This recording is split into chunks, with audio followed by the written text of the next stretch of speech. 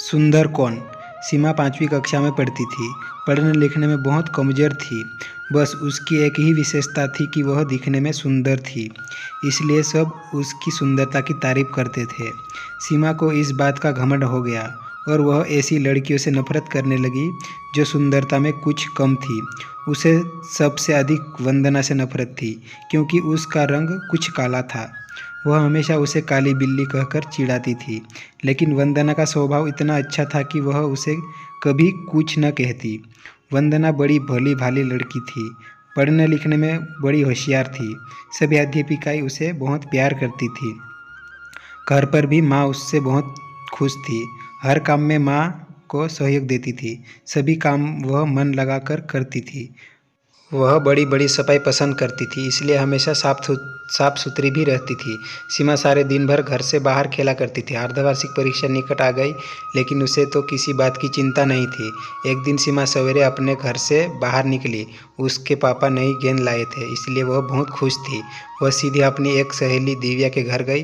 दिव्या उस समय अपने घर की सफाई करने में मदद कर रही थी। सीमा को देखते ही वह बोली, आओ सीमा, दिव्या, चलो बाहर खेलने के लिए चलते हैं। नहीं सीमा, मुझे तो अभी कुछ काम करना है, फिर सवेरे सवेरे पढ़ने का समय होता है, मैं शाम को खेलूंगी। यह सुनकर सीमा ने मन ही मन कहा, बड़ी आई काम करने वाली, और मुंह फुलाकर बाहर चली गई। इस बात के बाद वह अपनी दूसरी सहेली रीता के यहाँ गई और नई गेंद दिखाते हुए बोली, रीता, क्या तुम मेरे साथ चलोगी?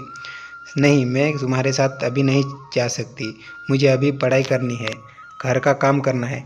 यह सुनकर वह चुपचाप बिना कुछ कहे गुस्से से बाहर चली गई। इसके बाद वह अपनी कई सहेलियों के घर गई, पर सभी पढ़ाई कर रही थी, किसी को खेलने की फुर्सत नहीं थी।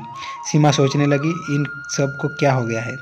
इन्हें तो बस घर का काम करना है और पुस्तकें पढ़ना ही पसंद है। फिर कुछ सोचकर सीमा अपनी प्रिय सहेली नीता के घर गई, लेकिन वह भी उस समय पढ़ाई कर रही थी। सीमा ने उसकी पुस्तक बंद करते हुए कहा, क्या हरदम तोते की तरह पुस्तकें रटती रहती हो? चलो बाहर खेलने चलते हैं। सीमा, वार्षिक परीक्षा निकट है, मुझे पढ़ाई करनी है, इसलिए मैं तुम्हारे साथ खेलने नहीं चल सकती हूँ। तुम भी अपने घर जाकर पढ़ाई करो, वरना इस बार भी फेल हो जाओगी। सीमा उदास मन से लौटने लगी, तभी उसे नीता की आवाज़ सुनाई देती है। वह अपनी माँ से कह रही थी, देखो माँ, सीमा सवेरे सवेरे खेलने के लिए आ गई, उससे पढ़ाई की बिल्कुल चिंता नहीं है, मैं अब उसके साथ नहीं खेल रहूँगी। जब देखो तब अपनी सुंदरता की चर्चा करती रहती है।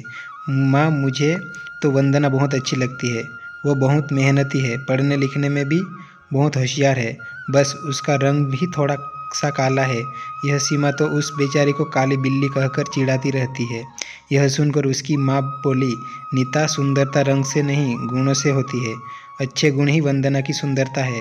सीमा इसके आगे कुछ न सुन सकी। वह चुपचाप अपने घर की ओर जा रही थी, लेकिन तभी रास्ते में केले के छिलके पर उसका पैर पड़ गया। वह फिसल गई। वंदना अपने घर के बाहर खड़ी थी। उसने सीमा को गिरते देखा तो तुरंत दोनों हाथ पकड़कर उसे बड़े प्यार से उठाया। यह देखकर सीमा की आंखें भर आई। वह मन ही मन सोच रही थी कि वह वंदना से कितनी नफरत करती है, लेकिन वंदना के मन में उसके लिए कितना प्यार है। वह बोली, वंदना, तुम सबसे सुंदर हो और मैं काली बिल्ली हूँ। मैंने तुम्हें काफ़ी तंग किया है, बहुत चिल्लाया है, मुझे माफ़ कर दो। अरे भला सहेली से माफ़ी मांगी जाती है? सचमुच सीमा ने अपनी सुंदरता का घमंड करना और वंदना को चिढ़ाना छोड़ दिया। तो इस कहानी से हमें यह सीख मिलती है कि सुंदरता रंग से नहीं, गुणों से होती है। तो दोस्तों, ये कहानी आप लोगों को कैसी लगी कमेंट करके ज़रूर बताइए, और अच्छी लगी तो वीडियो को लाइक और चैनल को सब्सक्राइब ज़रूर कर लें।